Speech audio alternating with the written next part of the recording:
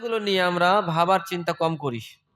আমরা দুনিয়ার ইমেজ, দুনিয়ার আনন্দ, দুনিয়ার যে ভোগবিলাস এগুলো নিয়েই মত্ত হয়ে আছি। তো এই বিষয়টা নিয়ে আলোচনা করার চেষ্টা করব। তার পূর্বে আরেকটি কথা স্মরণ করিয়ে দিই।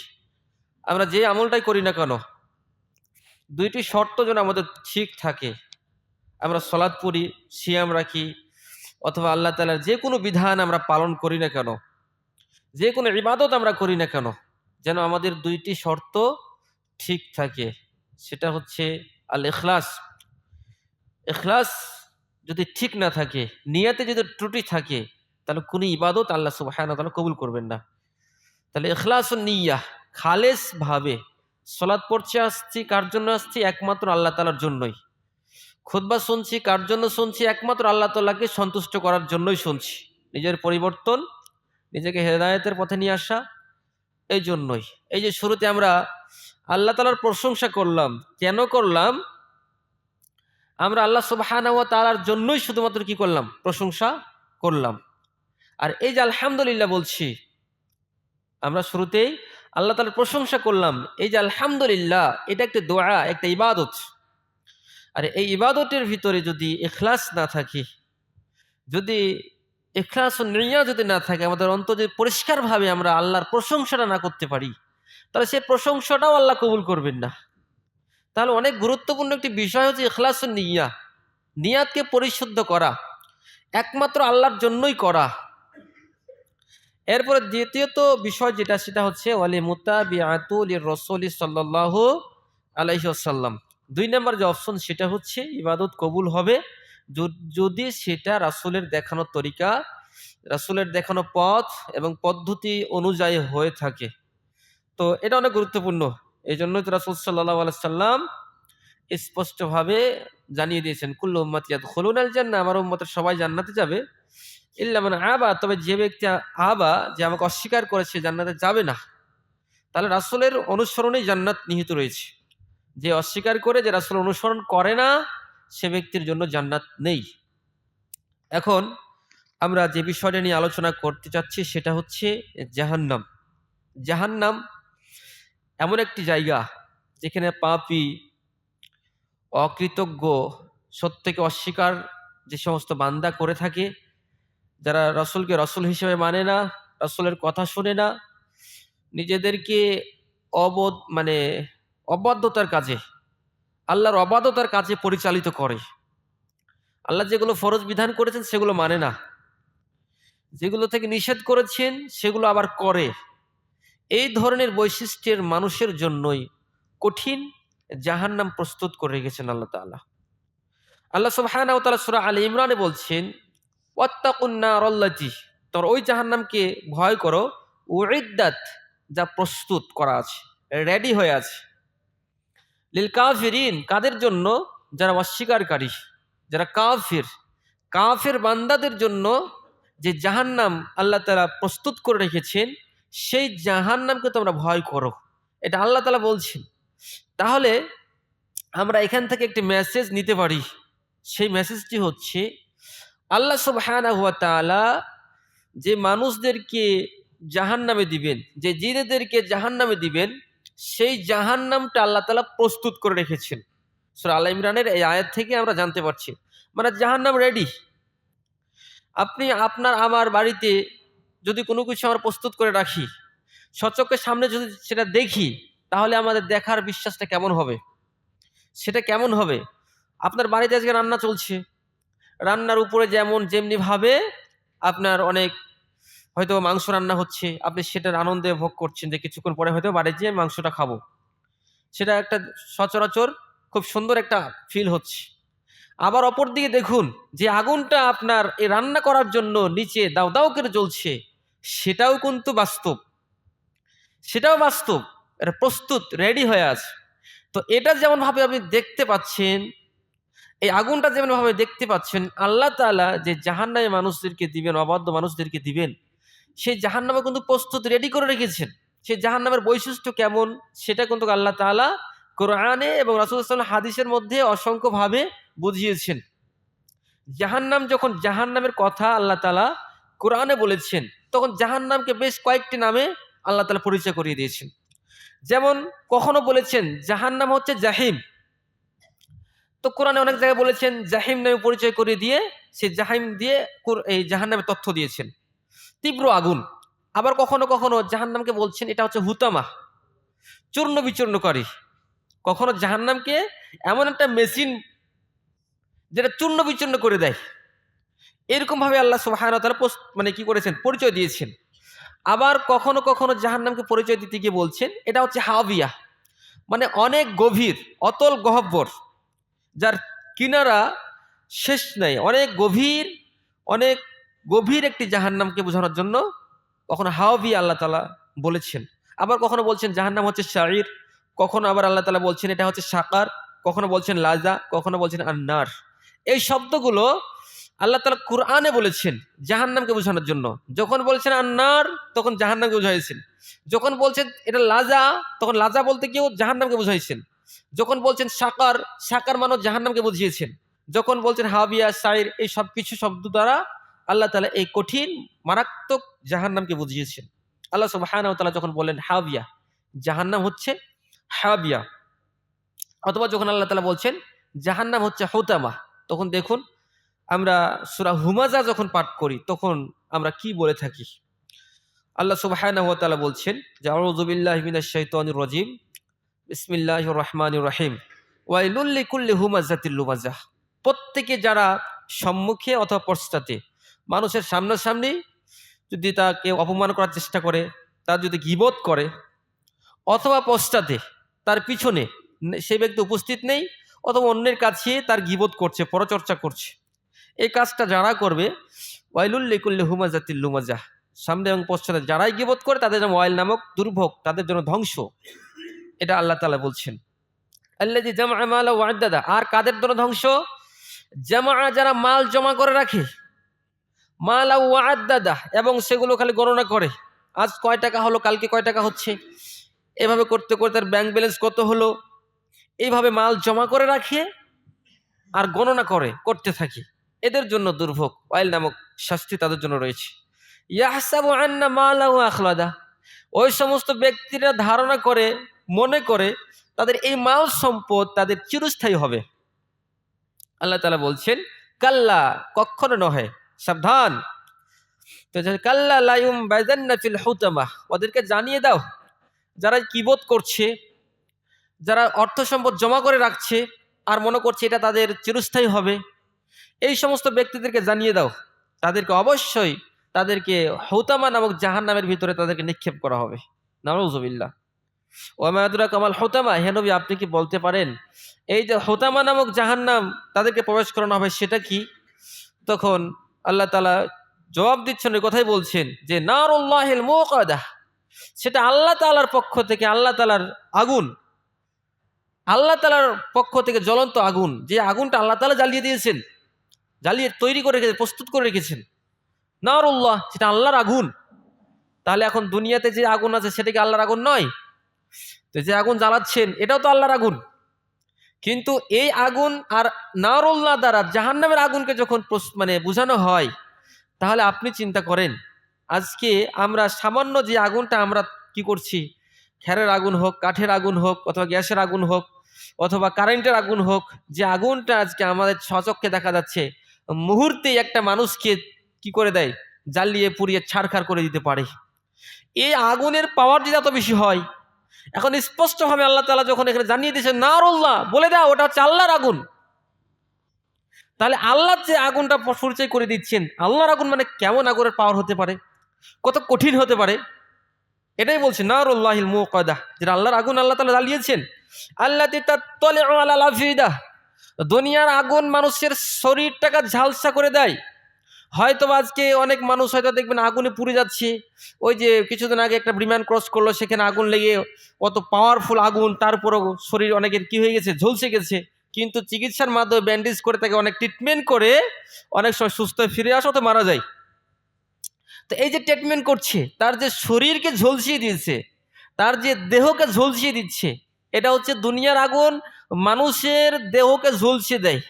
আর এখানে আল্লাহ তাআলা বলছেন যে আল্লাতী তাত্তালিউ আলাল আফিদা, শুধু দেহ ঝলসাবে এমনটা নয়, তার যে আত্মা আছে, তার যে অন্তর আছে, সেই অন্তরকে আল্লাহ তাআলা এই আগুন দ্বারা কি করবেন? ঝলসিয়ে দিবেন। কত কঠিন এবং মারাত্মক পাওয়ারফুল জাহান্নামের আগুন। তার তলে একেবারে পৌঁছে যাবে কোথায়? আলাল আফইদা, একেবারে অন্তরের গভীর স্থানে সেই জাহান্নামের আগুনটা পৌঁছে যাবে। এটাই আল্লাহ তাআলা বলছেন হুতামা। হুতামা নামক কত ভয়ঙ্কর বর্ণনা আল্লাহ সুবহানাহু ওয়া তাআলা বলছেন। যখন আল্লাহ সুবহানাহু ওয়া তাআলা বলছেন জাহান্নাম হচ্ছে হাবিয়া, হাবিয়ার কথা বলতে গিয়ে আল্লাহ তাআলা বলছেন ওয়া আম্মা মান খাফফাত মাওয়াজিনুহু, যখন কিয়ামতের মাঠে বান্দার ভালো এবং মন্দ হিসাব নিকাশ করা হবে, এরকম যখন হিসাব নিকাশ করতে গিয়ে যখন ওজন নির্ধারণ করা হবে, যখন দাড়িপাল্লা নির্ধারণ করা হবে যে বান্দা ভালো কাজগুলো কতটুকু করেছে, খারাপ কাজগুলো কতটুকু করেছে, এই যে একটা মানদণ্ড তৈরি করা হবে। তো ওয়া আম্মা মান খাফফাত, যার আমল নামা বিচারের পাল্লায় নেকের পাল্লাটা হালকা হয়ে যাবে, হালকা হয়ে যাবে, ফাউম্মু হাবিয়া, ওই ব্যক্তিকে হাবিয়া নামক জাহান্নামে নিক্ষেপ করা হবে। তো ওয়ামা আদরাকা মা হিয়া, হে নবী আপনি কি বলতে পারেন ওই যে জাহান্নাম হাবিয়াতে বলতে পারা মানে তাদেরকে নিক্ষেপ করা হবে সেটা কি? তো নারুন হাবিয়া, সেটা হচ্ছে প্রজ্বলিত আগুন। তাহলে এখানে হাবিয়া দ্বারা আল্লাহ সুবহানাহু ওয়া তাআলা বলছেন যে জাহান্নাম তৈরি করা আছে সেটা হচ্ছে প্রজ্বলিত আগুন। আল্লাহ তাআলা যে আগুনকে তৈরি করেছেন, মানে জাহান্নাম মানে আগুন আর আগুন, এই আগুনকে বোঝানো হয়েছে এখানে। তারপরেও আল্লাহ সুবহানাহু ওয়া তাআলা কখনো কখনো জাহান্নামকে বলছেন সাকার। যেমন যখন জান্নাতীরা জান্নাত চলে যাবে, জাহান্নামীরা জাহান্নামে চলে যাবে, ফায়সালা, তখন এক পর্যায়ে জাহান্নামীদেরকে জিজ্ঞেস করা হবে যে মা সালাকাকুম ফি সাকার, এই যে সাকার, এই সাকার জাহান্নামে তোমরা কেন এসেছো? ক্বালু লাম নাকু মিনাল মুসাল্লিন, তারা এক নাম্বার উত্তর দিবে, জবাব দিবে যে আমরা দুনিয়াতে মুসল্লি ছিলাম না, আমরা সালাত পড়তাম না, এই জন্য এই সাকার নামক জাহান্নামের ভিতরে আজকে এসেছি। তো একটা বিষয় চিন্তা করে দেখুন, জাহান্নামীদের দেওয়ার পরে এক পর্যায়ে তাদেরকে অপমান করার জন্য, লাঞ্ছিত করার জন্য তাদেরকে কি করা হবে? জিজ্ঞেস করা হবে যে তোমরা আজকে জাহান্নামে কেন? তখন তারা নিজেরাই উত্তর দিবে, স্বীকৃতি দান করবে, তারা বলবে যে আমরা তো দুনিয়াতে মুসল্লি ছিলাম না, আমরা সালাত পড়তাম না, ফজরে আজান হয়েছে ঘুমিয়েছিলাম, জোহরে ব্যস্ত ছিলাম, আসরেও ঘুমিয়েছিলাম, মাগরিবেও হয়তোবা বিভিন্ন বাজারে আড্ডাবাজি করে সময় পার হয়ে গেছে, রাত 12টা 1টা পর্যন্ত মোড়ে মোড়ে সময় কাটিয়ে দিয়েছি, সালাত আমরা পড়তাম না। তো এই বেসলাতি যারা যারা সালাত পড়তো না, এদের জন্য সালাকাকুম ফি সাকার, তাদেরকে সাকার নামক জাহান্নামে নিক্ষেপ করা হবে। নাউজুবিল্লাহ, কঠিন। যারা বেনামাজি তারা সাবধান হয়ে যান, যে সালাত পড়ছে না তারা সাবধান হয়ে যান, যার সন্তান আজকে সালাতে আসছে না তারাও সাবধান হয়ে যান। আজকে এই ধরনের অনেক সমস্যা আজকে আমরা নিজেরা কি করছি না, আমাদের পরিবারকে সাথে করে নিয়ে আসতে পারছি না। জুমার দিন হয়ে গেছে, অথচ জুমার দিনের গুরুত্বপূর্ণ আমল হচ্ছে আপনি নিজেই সকাল সকাল কি হবেন? রেডি হবেন এবং আপনার পরিবারকে রেডি করবেন। আপনার পরিবারকে কোথায় কে কি করছে না করছে আপনি রেডি করবেন, তাড়াতাড়ি গোসলের জন্য বাধ্য করবেন, তাড়াতাড়ি তাদেরকে জুমার জন্য প্রস্তুত নেওয়ার জন্য আপনার এটা আমল, আপনার প্রতি জুম্মায় এটা আপনার হতে হবে। না তো আমরা কি করি, যখন খুতবা শেষ হবে ওই সময় তার আগ দিয়ে আসি, তো আমাদের জন্য কি অপেক্ষা করছে? আমরা এই খুতবার দিন গুরুত্বপূর্ণ কিছু আলোচনা হবে, যদি মসজিদটা পূর্ণ থাকে, এই মসজিদটা পূর্ণ থাকলে আমরা কি হবে আমাদের, যে আমাদের সবাই মিলে একটা আলোচনা শ্রবণ করব, কিছু কথা বলতেও ভালো লাগবে, আপনাদের শুনতেও ভালো লাগবে, তো এটা এরকম পরিবেশ হবে। কিন্তু না, আমরা কি করি, শেষে আসি, যেই হয় না কেন। এই অভ্যাসটা আমাদের মুসলিম সমাজকে, ইসলামের যে একটা গুরুত্বপূর্ণ আজকে শুক্রবারের দিনটাও আমরা কি করছি না, মূল্যায়ন করছি না। এই জন্য সলাতে মনোযোগী হন। জাহান্নাম যখন পরিচয় করে দিচ্ছেন আল্লাহ তাআলা, তখন জাহান্নাম সাকার বলছেন কারা যাবে? যেই সমস্ত ব্যক্তিরা সলাত পড়তো না, ওয়ালাম নাকুম মুসল্লি, আমরা মুসল্লি ছিলাম না, ওয়ালাম নাকু নুতইমুল মিসকিন।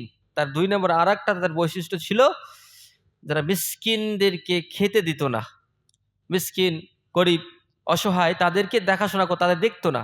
তারা ঠিকই ভুরি ভোজ করে খেয়েছে, কিন্তু বাড়ির পাশে একজন মিসকিন আছে, তার ঘরে খাবার নেই, সেই খোঁজটা তারা নিত না। এরকম প্রকৃতির স্বভাবের মানুষ তারা ছিল, যারা জাহান্নামে যাবে। আরো বেশ কিছু বৈশিষ্ট্য আছে।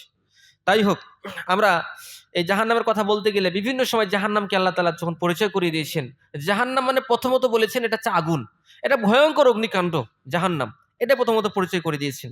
দেখুন কিয়ামতের মাঠে জাহান্নামকে উপস্থিত করা হবে। মৃত্যুর পরে মানুষ তো একত্রিত হবে কিয়ামতের মাঠে, তো বিশাল একটা কর্মযজ্ঞ আল্লাহ তাআলার, মানুষের হিসাব নিবে, সেই দিন বিচার হবে। তো এই যে মানুষের বিচার হচ্ছে, বিচার হবে, তখন সিংহায় ফুৎকার হয়ে যাবে, মানুষ ছোটাছুটি করবে, তখন আল্লাহ তাআলা কি করছেন, এটা প্রিপারেশন নিচ্ছেন, মানুষের বিচার করবেন।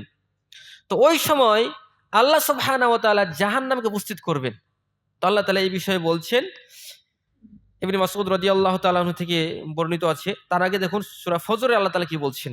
সূরা ফজর আপনার 22-23 নম্বর আয়াত খুললে পাবেন। আল্লাহ সুবহানাহু ওয়া তাআলা বলছেন, ওয়াজিয়া ইয়াউমা ইযিন বিজাহান্নাম, যেই দিন জাহান্নামকে কি করা হবে, টেনে হিচড়ে নিয়ে আসা হবে, ওয়াজিয়া নিয়ে আসা হবে, ইয়াউমা ইযিন বিজাহান্নাম, সে যেদিন জাহান্নামকে নিয়ে আসা হবে, ইয়াউমা ইযিন ইয়াতাযাক্কারুল ইনসান, সেই দিন মানুষের চেতনা ফিরবে, ওয়া আন্না লাহু যিকরা, সেই চেতনা ফিরা তার কি কাজে আসবে, ও আন্না লাহু যিকরা, তার এই চেতনা ফিরাটা কোনো কাজে আসবে না। তো সেই দিন কিয়ামতের মাঠে যখন জাহান্নামকে উপস্থিত করা হবে, সেদিন মানুষ যখন জাহান্নাম দেখবে যে জাহান্নামকে এখন তো নিয়ে আসা হচ্ছে, উপস্থিত করা হচ্ছে, টেনে হিচড়ে সামনে উপস্থিত করা হচ্ছে, যখন মানুষ তার চোখের সামনে এই জাহান্নামটা দেখতে পাবে, তখন সেই দিন মানুষ কি করবে, তার চেতনা ফিরবে যে আসলে দুনিয়াতে তো আরো ভালো কিছু করতে হতো, ভালো কিছু ভাবে জীবনযাপন করতে হতো, আল্লাহ তাআলা যে আদেশগুলো করেছে সেগুলো মানতে হতো, যেগুলো নিষেধ করেছে সেগুলো থেকে বিরত থাকতে হতো, কিন্তু আজকে তো আর সুযোগ নেই। আল্লাহ তাআলা বলছে, ওয়া আন্না লাহু যিকরা, সেদিন তার চেতনা ফেরাটা কোনো কাজে আসবে না, তার কোনো কাজে আসবে না। সেদিন যতই সেই চেতনা ফিরুক, ফেরার পরে যতই সে আহাজারি করুক, চিৎকার করুক, তাদের এই চিৎকার, তাদের আহাজারি কিয়ামতের মাঠে কোনো কাজে আসবে না। এটা সূরা ফজরে আল্লাহ তাআলা বলছেন। সতর্ক সাবধান হন, এই মেসেজগুলো থেকে, কোরআনের বাণীগুলো থেকে শিক্ষা গ্রহণ করেন। আল্লাহ তাআলা এভাবে বলছেন। রাসূল সাল্লাল্লাহু আলাইহি ওয়াসাল্লাম, ইবনে মাসউদ থেকে বর্ণিত হাদিস, রাসূলুল্লাহ সাল্লাল্লাহু আলাইহি ওয়াসাল্লাম বলেছেন যে ইউতা বি জাহান্নামা ইয়াউমা ইযিন লাহা সাবউনা আলফা জিমাম, কত ভয়ঙ্কর পরিস্থিতি। তো যেদিন কিয়ামতের মাঠে জাহান্নামকে উপস্থিত করা হচ্ছে, সেই দিন জাহান্নামকে ৭০,০০০ শিকল দিয়ে পেঁচানো থাকবে, বেঁধে নিয়ে আসা হবে। হিসাব করা যায়, জাহান্নাম এত বিশাল আকৃতির জাহান্নাম, যেই জাহান্নামকে আপনার ৭০,০০০ শিকল দিয়ে কি করা হবে, পেঁচানো হবে। এটা কি চিন্তা করতে পারবেন? আপনার আমাদের মাথায় কি মানে ধরবে কথাটা? এ সেন্স কি আসবে এটা আমাদের? আসবে? যে জাহান্নামের বিশালতা, যে জাহান্নামের একটা গেটের বর্ণনা কত বিস্তর, মক্কা থেকে মদিনা, আবার বিভিন্ন হাদিসে অনেক বড়, বড় বিশাল বড়, বড় জায়গার কথা বলা হচ্ছে। একেকটা গেট, সেই জাহান্নামের গভীরতা এত, এত তলদেশের কথা বলা হচ্ছে, যেটা সামনে আসছি আলোচনায়। তো সেই জাহান্নামকে ৭০,০০০ শিকল দিয়ে আল্লাহ তাআলা বেষ্টিত করে উপস্থিত করছেন টেনে হিচড়ে। আবার রাসূল সাল্লাল্লাহু আলাইহি ওয়াসাল্লাম বলছেন, তো বলছে যে সাবউনা আলফা জিমাম, মা কুল্লি জিমামিন সাবউনা আলফা মালাক ইয়াদুরুনাহা। এরপর আল্লাহ রাসূল বলছেন ৭০,০০০ শিকল থাকবে, প্রত্যেক শিকলের সাথে ৭০,০০০ ফেরেশতাকে কি করা হবে, লাগিয়ে দেওয়া হবে, তারা টানতে থাকবে সেটাকে। তাহলে এক একটা শিকল কত বড় হবে, আর সেই ৭০,০০০ শিকলের সাথে প্রত্যেক শিকলে ৭০,০০০ করে ফেরেশতা, তাহলে সে কত ভয়ঙ্কর শক্তি দিয়ে সেখানে টানা হবে। ফেরেশতা কি জানেন? ফেরেশতা কত পাওয়ারফুল আমরা সবাই একটু লক্ষ্য করে জানি, আমরা জানি সেটা হলো যে একজন ফেরেশতার পাওয়ার কত, যে কিয়ামত কায়েম হয়ে যাবে, আসমান জমিন গ্রহ নক্ষত্র যা কিছু আছে এই সমস্ত কিছু ধ্বংস হয়ে যাবে। একটা ফেরেশতাকে ধাক্কা দিতে হবে, ধাক্কা দিতে হবে না। পা দিয়ে লাথি দিতে হবে, পা দিয়ে লাথি দিতে হবে না। আপনার কোনো যন্ত্র লাগবে, কোনো যন্ত্র লাগবে না। কোনো একটা হাতুড়ি লাগবে, সেটাও লাগবে না। কোনো কিছু লাগবে না। একজন ফেরেশতা রেডি হয়ে আছে, সিংহা নিয়ে কি করা আছে, রেডি হয়ে আছে। শুধুমাত্র একটা ফুৎকার দিবে, একটা ফু মারবে। জাস্ট একটা ফুৎকার, একটা ফু মারলে তার এত পাওয়ার, এত শক্তিশালী ফেরেশতা, যে একটা ফুৎকার দিলেই এই যে গ্রহ নক্ষত্র চন্দ্র সূর্য যা কিছু দেখছেন, আসমান জমিন পাহাড় পর্বত যা কিছু সব তুলার মতো হালকা, কিচ্ছু নাই আর, সব একবারে ভেঙে তছনছ হয়ে যাবে, এত পাওয়ারফুল ফেরেশতা।